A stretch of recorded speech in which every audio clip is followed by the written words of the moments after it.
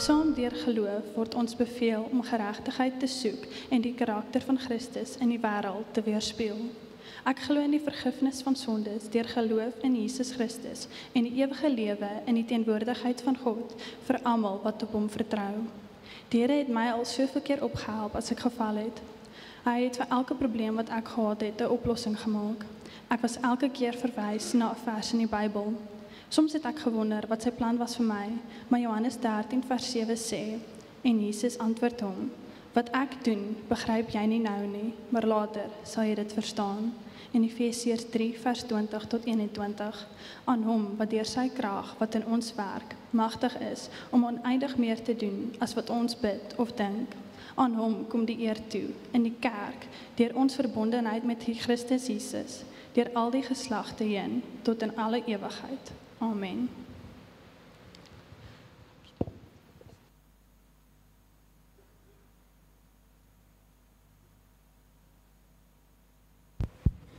Menet, hierdie is 'n so spesiale belydenis en dit is 'n voorreg om vanmôre in hierdie erediens te wees, jou getuienis te hoor en ek weet, dit is die seën van die Here, Jan, deur jou en Karina, gelowige oumas, een ouma is daar vandag hierso, Trudy, en 'n gesin wat dit met jou deel. Dit is so spesiaal om vanmôre deur hierdie belydenis te kon hoor van jou liefde vir die Here en op grond van daardie belydenis vir jou te sê, baie welkom as belydende lidmaat van Nelstroom Oos gemeente. En gemeente bid vir haar. Ek dink daar is baie aanslag op alle mense en ek dink in die besonder aan ons aanslag op ons jong mense. Bid vir haar dat sy staande sal bly in haar geloof en dat sy sal aanhou om hierdie mooi getuienis te leef. Ons gaan vir haar 'n lied sing. Ons gaan die lied sommer 2 keer sing in geval sy om die eerste keer nie eers mooi gehoor het nie. En dit is ons aanvaar jou met die liefde van ons Heer. Terwyl ons, ek dink ons kan staan, dan sing ons vir hierdie lied.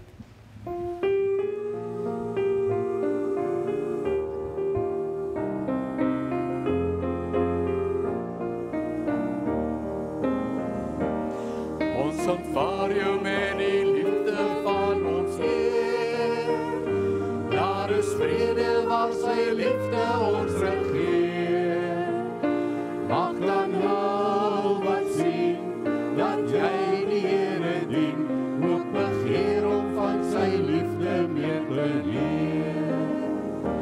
Ons aanvaar jou met die liefde van ons Heer. Daar is vrede waar sy liefde ons regeer. Mag dan al wat sien, dat jy die Here dien, ook begeer om van sy liefde meer te leer.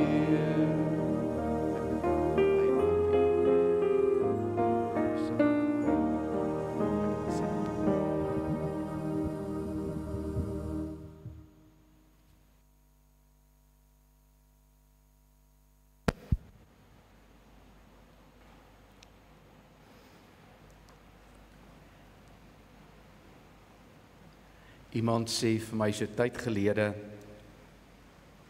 hulle het nie eintlik baie hoop vir Suid-Afrika nie, omdat hulle na sekere goed kyk. En ek het nogal gesê, ek dink jy kyk net die helfte raak. Ek ontken nie daai deel wat jy raak sien nie, maar jy moet die ander deel ook raak sien. Sien raak. Jong mense, soos Menet en baie ander, en ons môre ook in hierdie erediens, wat lief is vir die Here. Die Christendom gaan nie uitsterf met die ouer geslag nie. God sal sy kerk laat voortgaan. Dankie Menet. Ons gaan saam bid, ons gaan lees uit 1 Petrus hoofstuk 2, die tema van môre gaan in die voetspore van Jesus. Voordat ek hierdie gedeelte gaan lees, gaan ons eers saam bid. Ons sluit die oë. Hemelvader, ons aanbid U. En ons eer U vanmôre vir die ene wat getrou is aan al U beloftes. Ons eer U vanmôre dat Jan en Karina deur U genade hulle doopbelofte kon nakom en hulle kinders naby aan U grootmaak. En so eer ek U vir elke ander ouerpaar, ouers met kleinkinders, ouers met groot volwasse kinders, wat erns gemaak het daarmee, om hulle kinders van U te leer. En ek weet, Here, ek is die resultaat ook van sulke ouers. Dankie. Dankie dat ek deel kan wees van die kerk deur my geloof. Dankie dat ons dit kan wees, die liggaam van Christus. Ons het mekaar so nodig. En ek bid, Vader, dat U vanmôre in hierdie saamwees oomblik, wat nie eers baie lank gaan duur nie, ons sal seën met die werking van die Gees, met die verkondiging van die woord, en dat ons dit wat ons hoor sal inneem, met ons sal saamvat, dat dit ons lewens ryker sal maak om nog meer in die voetspore van Jesus te loop, wanneer ons elke dag leef. Dankie dat ons hierdie gebed mag bid, in die naam van ons Verlosser en Koning, Jesus Christus. Amen. Voordat ek hierdie gedeelte gaan lees, wil ek net so 'n kort stukkie, 'n kort agtergrond gee van hierdie gedeelte. Hierdie brief is geskryf ongeveer 68 jaar na Christus. Die brief is geskryf in Rome, waar Petrus op daardie stadium 'n gevangene was, en hy skryf hierdie brief, hy stuur hom vir die gemeentes van Klein-Asië. Julle kan dit so probeer aandui met die kaart, en ek dink julle kan dit sien. Dit was in 'n tyd toe die volgelinge van Jesus groot vervolging beleef het. Baie van hulle is onregverdig aangekla van iets wat hulle nie gedoen het of gesê het nie. Hulle is in tronke gegooi, hulle is mishandel, en hulle selfs wreed doodgemaak. Bloot omdat hulle sê dat hulle lief is vir Jesus. En daarom skryf Petrus, wat 'n disipel was van Jesus, hierdie brief aan hulle, en hy sê vir hulle, julle moet moed hou. Byt vas. Moenie toelaat dat julle swaar kry, julle van God af wegtrek nie. Wanneer kinders geleer word om te skryf, nou gaan die kinders mooi sien. Dan kom hulle by die juffrou aan, en dan sê die juffrou, vandag gaan ek vir julle leer om 'n A te maak. Ek vermoed dit werk so. Dink so. Hulle wys vir jou die letter, dan sê hulle vir jou, sien jy die pyltjie? Ek het kolletjies gemaak om jou te help. En dan moet jy die kolletjies aan mekaar verbind. Die kolletjies wat naby mekaar is, moet jy aan mekaar verbind. Sien jy die rigting wat jou hand moet beweeg? A staan vir appel. En so word elke letter vir jou geleer. En sommige kinders leer dit al lank voor skool, voordat hulle by die groot skool aankom. Dan kan hulle al skryf, en party van hulle kan al lees. Maar die punt is net, wanneer ons begin om te leer skryf, dan moet daar vir ons 'n voorbeeld wees. Verbind die kolletjies aan mekaar. Nou daar's een Griekse woordjie wat in hierdie teks voorkom in vers 21. Die woordjie is hypogrammon. En hypogrammon beteken om agterna te skryf. Soos wat jy die kolletjies het, in die rigting gekry het, skryf nou agterna. Nou wat moet ek agterna skryf? Die Here Jesus het vir sy disippels geleer hoe hulle elke dag moet lewe. En ons is ook sy disippels, né? Ons is die volgelinge van Jesus. En hy leer ons hoe ons elke dag moet lewe. En dis waarom dit belangrik is dat ons Bybel elke dag moet lees. En as hy vir ons sê, ek leer julle hoe om te leef, dan wil ek vir julle sê, ek gaan voorloop, julle moet net in my voetspore volg. Kom net agter my voetspore aan. En dan gaan jy uiteindelik by die regte bestemming, die finale bestemming uitkom. Vandag se voetspore van Jesus wys na die swaar kry tyd van Jesus se lewe, toe hy gevange geneem is, of toe daar gepraat is van sy gevangeneming en van sy lyding, van sy kruisiging. Dit is waaroor Petrus hier skryf vir mense wat self swaar kry. Dit is asof die Bybel hier sê, as jy wonder hoe jy moet optree wanneer jy vervolging en lyding beleef, en ek praat van onskuldige lyding omdat jy 'n kind van die Here is, kyk dan net wat Jesus gedoen het. Kyk na sy voetspore. Kyk na die voorbeeld wat hy gestel het, dan volg jy in sy voetspore hoe jy moet optree. Vanmôre gaan ons lees hier in 2 Petrus 1 Petrus 2, waar hy spesifiek skrywe vir die huisbediendes. En baie van die Christene was in daardie tyd, was hulle huisbediendes gewees, en ek gaan net nou daarby terugkom. Maar dan skryf hy in hierdie gedeelte: Huisbediendes, wees met groot ontzag aan julle werkgewers onderdanig, nie net aan die goeies en vriendelikes nie, maar ook aan die onredelikes. Dit is immers genade as iemand, omdat hy met God rekening hou, onregverdig lyding verduur. Want watter aanprysing is daar vir julle wanneer julle oortree, lyfstraf ontvang, en nogtans daarmee volhard? Maar as julle volhard terwyl julle goed doen en dan tog ly, dit is genade van God. Julle is immers hiertoe geroep, want Christus het ook ter wille van julle gely. Hy het vir julle 'n voorbeeld nagelaat, sodat julle in sy voetspore kan volg. Hy wat nie sonde gedoen het nie, in wie se mond geen bedrog gevind is nie, wat, toe hy uitgeskel is, nie teruggeskel het nie, toe hy gelei het, nie gedreig het nie, maar homself toevertrou het aan hom wat regverdig oordeel, wat self ons sondes in sy liggaam aan die kruishout gedra het, sodat ons, nou dat ons sondes afgesterf het, vir geregtigheid kan leef. Hy deur wie se verwonding julle genees is. Julle was immers verdwaal soos skape, maar nou het julle teruggekeer na die herder en bewaker van julle siele. Jesus se swaar kry is die voorbeeld wat vir Christene wys, as hulle dan vervolg sou word of lyding beleef omdat hulle lief is vir Jesus, kyk na die voorbeeld wat Jesus gestel het. Hierdie teksgedeelte sê 'n klomp dinge, en ek gaan nie vanmôre by al die dinge stilstaan ter wille van die kindermoment nie. Ek gaan bietjie meer uitbrei wanneer ek met die res van die preek aangaan. Hierdie gedeelte begin in eerste plek om te beskryf wie Jesus was of hoe hy was. Dit sê, hy, dit is Jesus, het nooit iets gedoen waarvan God nie gehou het nie. Dis soos dit in die boodskap staan.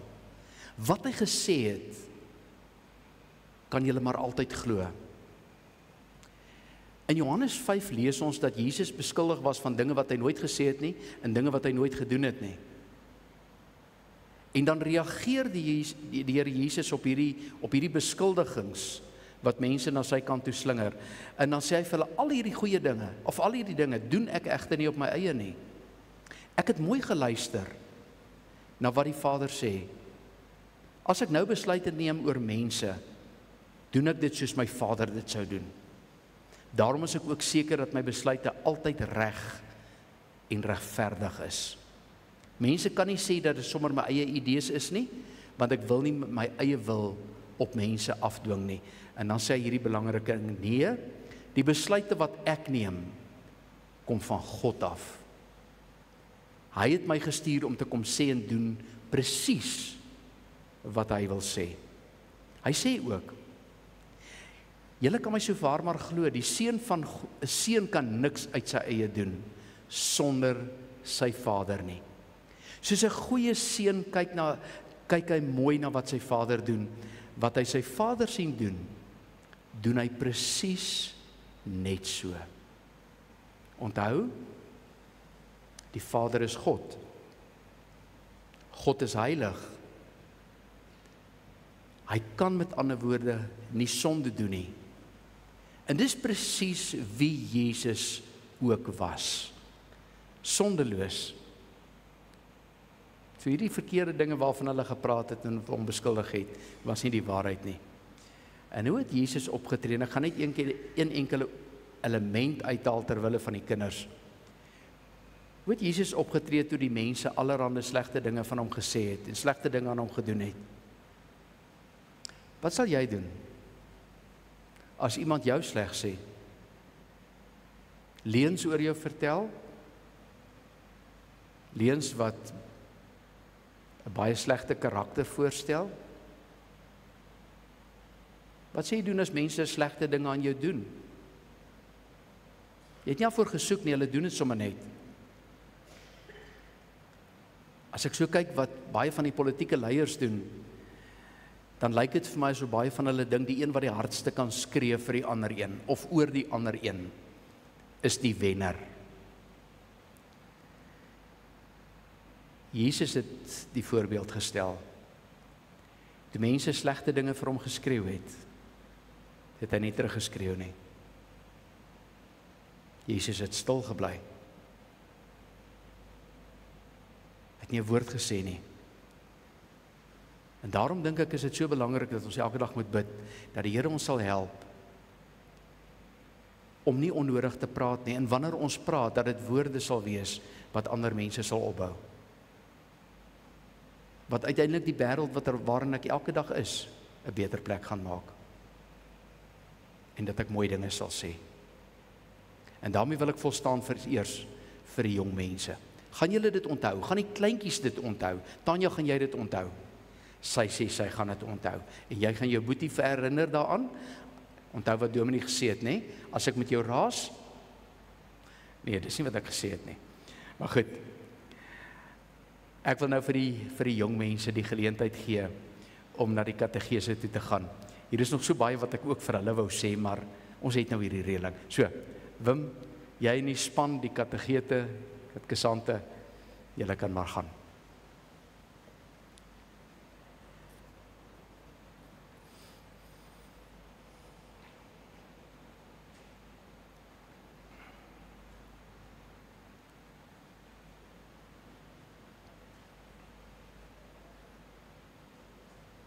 Ons gaan julle mis.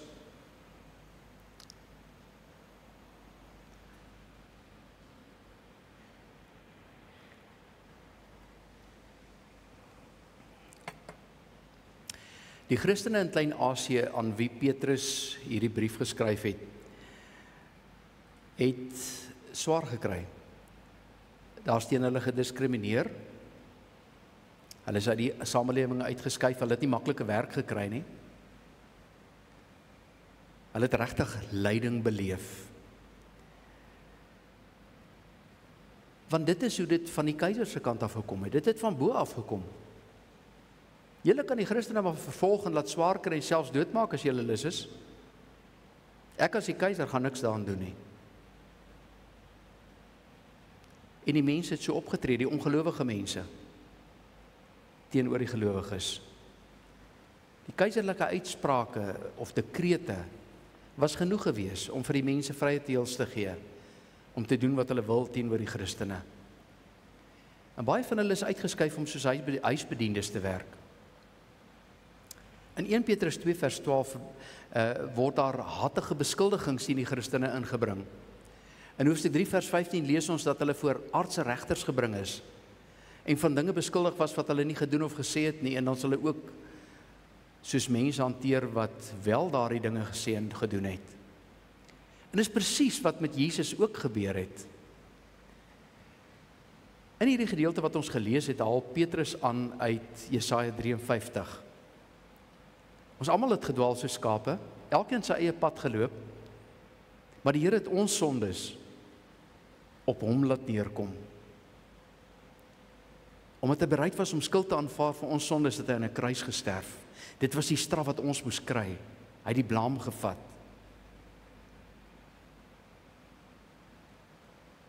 En wanneer hy in sy lydingstyd sekere dinge doen en sê of nie sê nie, sê Petrus, in julle swaar kry, daar in Klein-Asië, onthou die voorbeeld van Jesus. Kyk na die voetspore van Jesus, loop in daai spore. Doen wat hy gedoen het. Baie keer in die verlede het mense al hierdie loop in die voetspore van Jesus as ware Hulle het dit misverstaan. En baie mense het gedink dat as jy 'n martelaar word, iemand wat ter wille van sy geloof doodgemaak word, dan is jy so 'n bietjie beter Christen as die mense wat nie vervolging beleef het of ter wille van hulle geloof doodgemaak is nie. Mense het gedink dat as jy 'n martelaar is, dan verdien jy eintlik die hemel. Die ander verdien dit nie so baie nie. Maar die martelare, die moslems glo dit. As jy in 'n heilige oorlog sterf, is jy 'n martelaar, en martelare volgens hulle geloof is die ouens wat reguit, hulle het 'n kort pad hemel toe. Ek vermoed dat dit ook die rede is waarom ons hier in Paasfeestyd beelde op die TV sien. Mens sien dit veral daar in Suid-Amerika, waar mense loop dan hulle sulke lang swepe, partykeer sulke toue met kettinge of stukkies yster of glas in, dan slaan hulle self so op die rug. Het julle dit al gesien? Dis daai ding van ek loop in Jesus se voetspore. Ek moet lei soos wat Jesus gelei het. Nie een van hulle gaan natuurlik dood aan 'n kruis nie. Ek weet nie of hulle bereid is om so ver te gaan nie, maar ek moet in die voetspore van Jesus volg, want dit wys eintlik hoe ernstig ek oor die Here is. Maak my eintlik 'n beter gelowige as ander gelowiges. Nou, dit is verkeerd om hierdie siening te hê. 'n Goeie voorbeeld van lyding ter wille van geloof is Dietrich Bonhoeffer. Nou, ek het al baie keer verwys na Dietrich Bonhoeffer, want hy's vir my nogal 'n inspirasie. As ek net kyk wat hy gesê het, wat hy gedoen het, hoe sy lewe verloop het. Hy was 'n Duitse teoloog en 'n kerkleier wat voor die Tweede Wêreldoorlog en tydens die Tweede Wêreldoorlog homself baie sterk uitgespreek het teen die nasies se skeefgetrekte nasionalisme. 'n Soort nasionalisme wat gesê het, ons kan die Jode maar uitwis, ons kan mense maar vervolg wat nie met ons saamstem nie. Jy moet net 'n goeie Duitser wees. En ek het niks nie in die Duitsers nie, ek is self van Duitse afkoms, verstaan my asseblief mooi. Punt is net, Bonhoeffer het in opstand gekom teen hierdie standpunt wat Hitler en sy volgelinge gehad het. En toe het hy onder andere 'n boekie geskryf, en julle sien die titelbladsy van die voorblad van die boekie, The Cost of Discipleship. En in hierdie boekie beskryf hy aangrypend wat dit beteken om 'n volgeling van Jesus te wees. Hy sê onder andere daarin dat dit baie hartseer is dat baie lidmate se name in die boeke van kerke opgeskrywe staan sonder dat hulle regtig navolgers is van Jesus. Hulle is op die kerk se boeke, maar hulle naam is waarskynlik nie in die boek van die lewe nie. Hy sê dit is so hartseer. Want mense het hierdie valse idee, alles is reg terwyl alles verkeerd is. En hy rede wat hy dan aangee is dat die kerk die kosbare genade van Jesus, van God, goedkoop maak, wanneer gehoorsame navolging van Christus nie meer vereis word nie. Wanneer gelowiges dink dit is alright om die Bybelse riglyne van Christen wees en van kerk wees af te water en aan te pas by my eie persoonlike voorkeur of by my eie gemak. Die probleem hiermee is dat mense Christus wil aanbid, maar hulle wil hom op hulle voorwaardes volg. Ons ken die verhaal van die ryke jongman. Toe hy Jesus wou volg en Jesus sê, gaan verkoop eers alles wat jy het en kom dan terug en volg my. Jesus se voorwaarde. Net die jongman het net omgedraai en hartseer weggeloop. Baie mense wil Jesus volg, maar op hulle voorwaarde, en dit werk nie so nie. Dan sê Bonnie vir 'n radikale ding. Hy sê as Christus 'n mens roep om hom te volg, dan roep hy daardie mens om in hom of in haarself te sterf. Om te kies teen my sondige mensweesneiging, om teen dit te draai en te kies om soos Christus te wees. En dit sluit natuurlik aan by Matteus 16, waar Jesus sê, as mense my volgelinge wil wees, moet hulle hulle hele lewe vir my gee. Om my te volg is baie moeilik. Dit is net so moeilik as om jou eie kruis aan die plek van jou teregstelling toe te dra.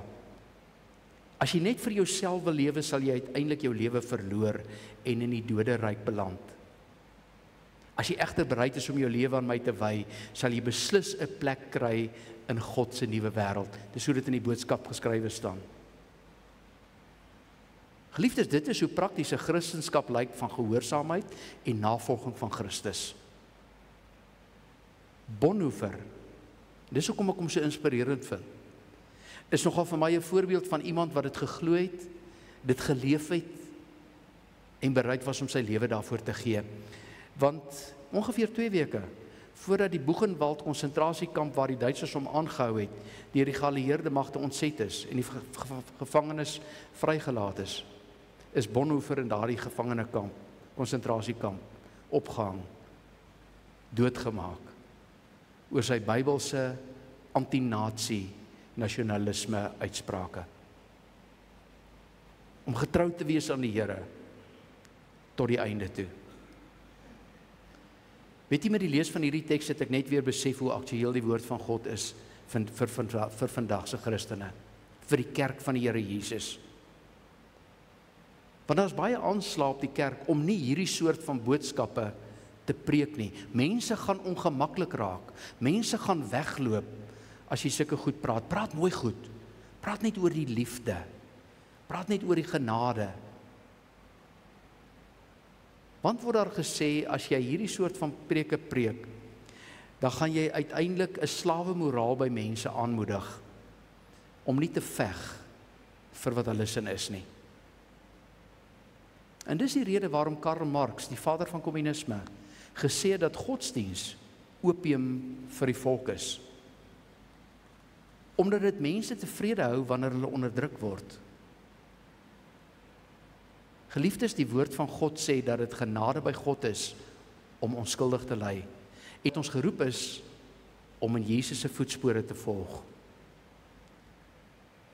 Onskuldige lyding is anderster as om my lewe af te lê vir 'n verdienstelike saak. 'n Verdienstelike saak sou byvoorbeeld wees, ek gaan veg vir my land.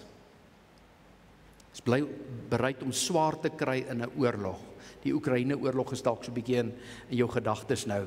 Hoe soldate hulle families agterlos om hulle land te gaan verdedig teen die Russiese aanval. Dis 'n verdienstelike saak. Baie verdienstelike saak. Maar dis anderster as onskuldige lyding. Onskuldige lyding is dalk beter om te verstaan as jy kyk na wat Abraham gedoen het toe hy die opdrag kry om vir Isak te gaan offer. Dink julle dit was maklik? Iemand het al gesê hulle dink dit was maklik want Isak was waarskynlik 'n tiener. Maar ek dink nie so nie. Ek dink dit was vir Abraham bitter moeilik. Maar Abraham het sy seun gevat. En hy het hierdie berg opgeloop. Hy het die offerhout neergesit. Die mes was skerp gemaak, reg. En voordat hy sy seun kon offer, het die Here gesê stop. Daar's 'n bokkie. Offer daai bokkie. Abraham se optrede was nie 'n heldedaad nie.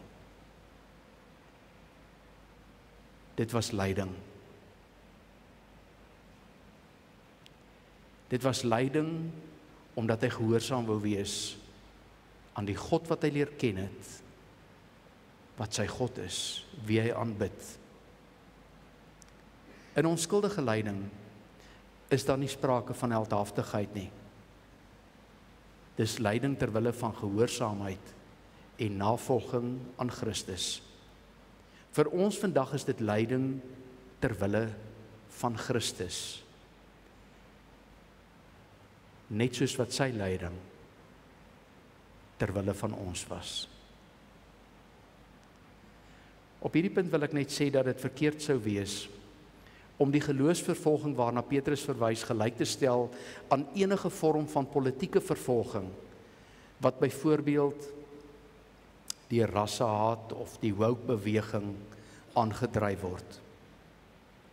Ek glo dat gelowiges hulle moed uitspreek teen enige vorm van onreg in die wêreld. Ongeslag die ras of die herkoms van mense. Daarmee saam, moet ons alles doen om God se koninkryk en God se eer eerste te soek in alles wat ons doen. Sonder om in die versoeking te val, om ons eie persoonlike voorkeure en belange te vergeestelik en Bybels te regverdig. Ons eie geskiedenis het ons dit al gedoen. Die belofte wat God gee as ons sy koninkryk eerste en in alles soek, is dat hy vir ons alles sal gee wat ons nodig het. Nie noodwendig wat ons wil hê nie, alles wat ons nodig het.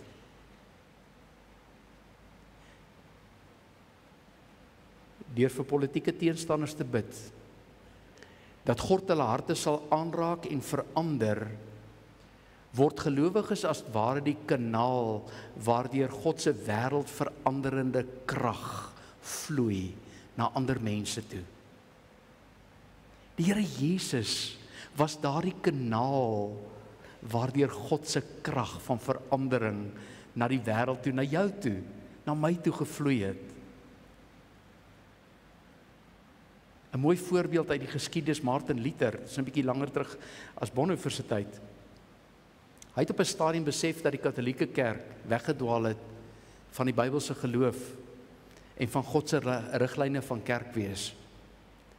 Daarom het hy in 1520 'n brief geskryf aan die adellikes van Duitsland. Hulle was gewoonlik ook die leiersfigure in die kerk gewees. En in daai brief sê hy vir hulle, die tyd vir stilbly is verby. Die tyd van praat het aangebreek.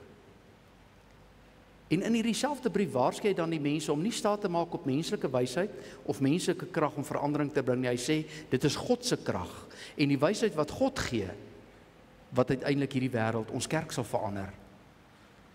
En die rede daarvoor sê hy, is ons stryd nie teen vlees en bloed nie, maar teen die donker magte rondom ons. Vir 2 jaar. Vir 2 jaar het Luther gepraat en het geen verandering gekom nie. Alles het dieselfde gebly. En telkens het hy die gelowiges gewaarsku om nie oor te gaan in rebellie teen die paus en die kerklike leiers van daai tyd nie. Om verandering te bring natuurlik.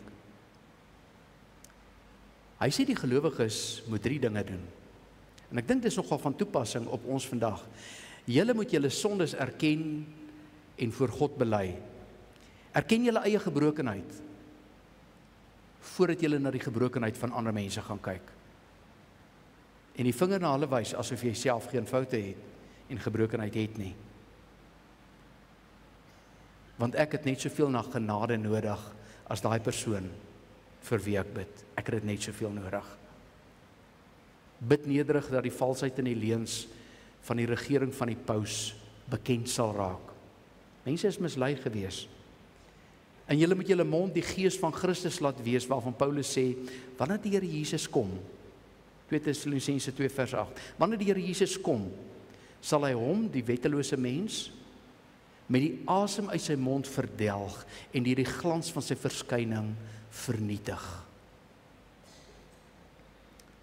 Luther het geglo dat hy deur woorde van waarheid, en dit was die evangelie self, deur dit te verkondig, dit te praat, mense sal help om die leuns van die paus te herken. Hy het gesê, wanneer die paus se woorde en houvas op mense se lewens verbreek word, sal sy aanspraak op hulle lewens verdwyn. Op hierdie manier kan ons beter met die paus afreken as deur honderde opstande. Ons gaan niks bereik deur geweld nie, inteendeel, ons gaan sy hand sterker maak. Dit sê hy vir die mense in die tyd van die hervorming, net voor dit gebeur het. Want as die paus gemeet word aan Christus se leer en evangelie, wat die waarheid is, dan sal hy val. Dan sal hy val. Die effek van Luther se optrede is dat hy uit die Katolieke Kerk geban is en dat hy voelvry verklaar is, wat beteken het dat enige iemand wat hom teekom, hom maar kan leed aandoen, hom selfs doodmaak, sonder dat daar vrees is dat ek deur die wet vervolg gaan word. Die paus sê, ek gaan niks doen as jy iets aan Martin Luther wil doen nie.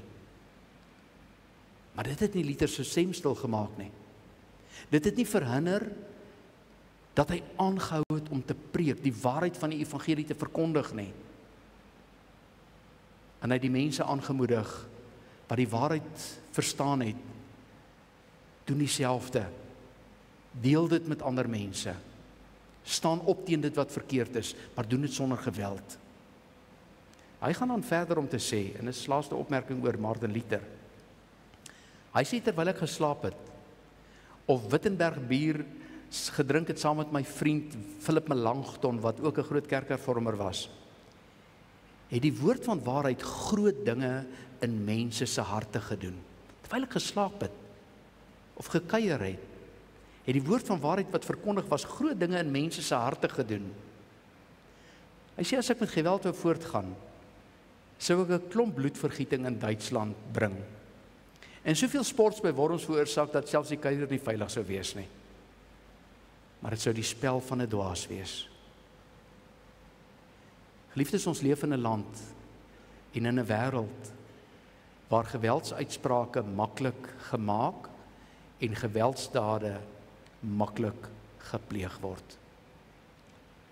En ek verwys nie net na magsbehepte politieke leiers. Ons hoor en ons sien dit ook in die huise waar gesinsgeweld voorkom.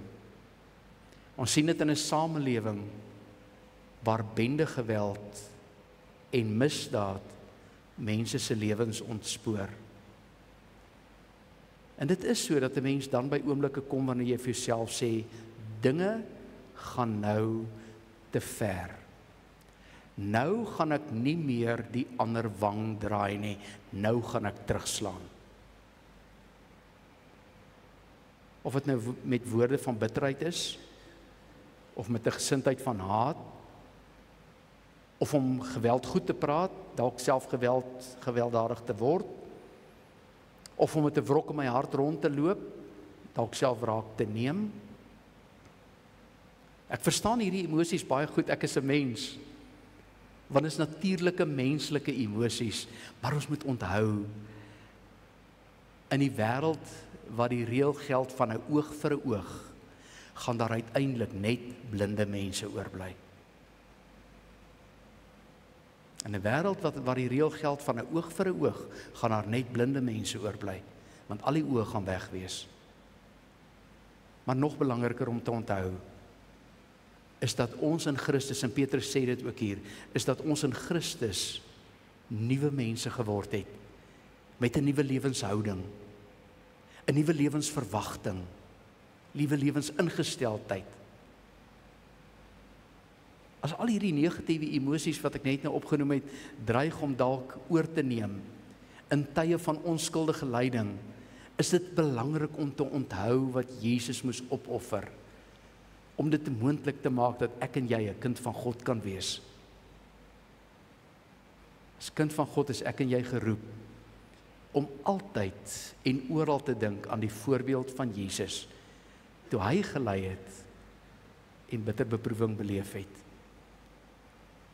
In die voetspoor van Jesus moet ons dan bid om soos Jesus op te tree. Hoe hy gebid het vir die mense wat hom vervolg het, die mense wat hom leed aangedoen het. Onthou dat hy sy Gees gestuur het, die Heilige Gees, om in elkeen van sy kinders te woon en vir ons die krag te gee, om in die slegste moontlike omstandighede staande te bly in ons geloof. Onthou julle nog Handelinge 16, die verhaal van Paulus en Silas, wat getuig het en hulle is aangekla van dinge en hulle is geslaan met swepe en hulle is in 'n tronk ingegooi, waarskynlik 'n koue tronksel, was verseker nie so gemaklik soos vandag nie, daar was nie 'n kombers vir hom nie. En wat doen hulle? Hulle sing lofliedere. Sing lofliedere in hulle lyding. Onthou dat niks, maar niks vir jou en vir my uit God se hande sal ruk nie, en dat daar niks in hierdie wêreld is wat ons gaan skei van die liefde wat God vir ons het, die liefde wat hy gewys het in Christus. Vind jou krag, vind jou vrede in Christus. Want in Christus se geloofsoorwinning oor die magte van die duisternis is ek en jy wat in hom glo meer as oorwinnaars. Amen. Dankie Here dat ons hierdie woord vanmôre kan hoor, en ek moet sê toe ek hierdie gedeelte lees, het ek besef dat baie keer trap ek my eie voetspore. Dis wanneer ek afdwaal en nie in u voetspore loop nie, Here Jesus. En ek wil dit vanmôre voor u bely. Maar dankie dat u deur hierdie woord vir my, en ek glo vir elkeen van ons kom sê het, bly in my spore. Want jy weet waarheen dit lei. Ek wil bid vir geloofsvolharding, vir Menet, elke ander jong mens, elke ouerpaar, grootouers. Ek wil dit bid vir u gemeente. Here, dat ons elke dag moeite sal maak om daai voetspore te ontdek deur die woord van waarheid. En as ons in daai voetspore volg, dat ons die seën sal ervaar dat U inderdaad alles gee wat nodig is vir ons op daai oomblik. Dankie Here dat ons hierdie vertroosting het in 'n tyd soos hierdie. Ons loof en prys U daarvoor. Amen.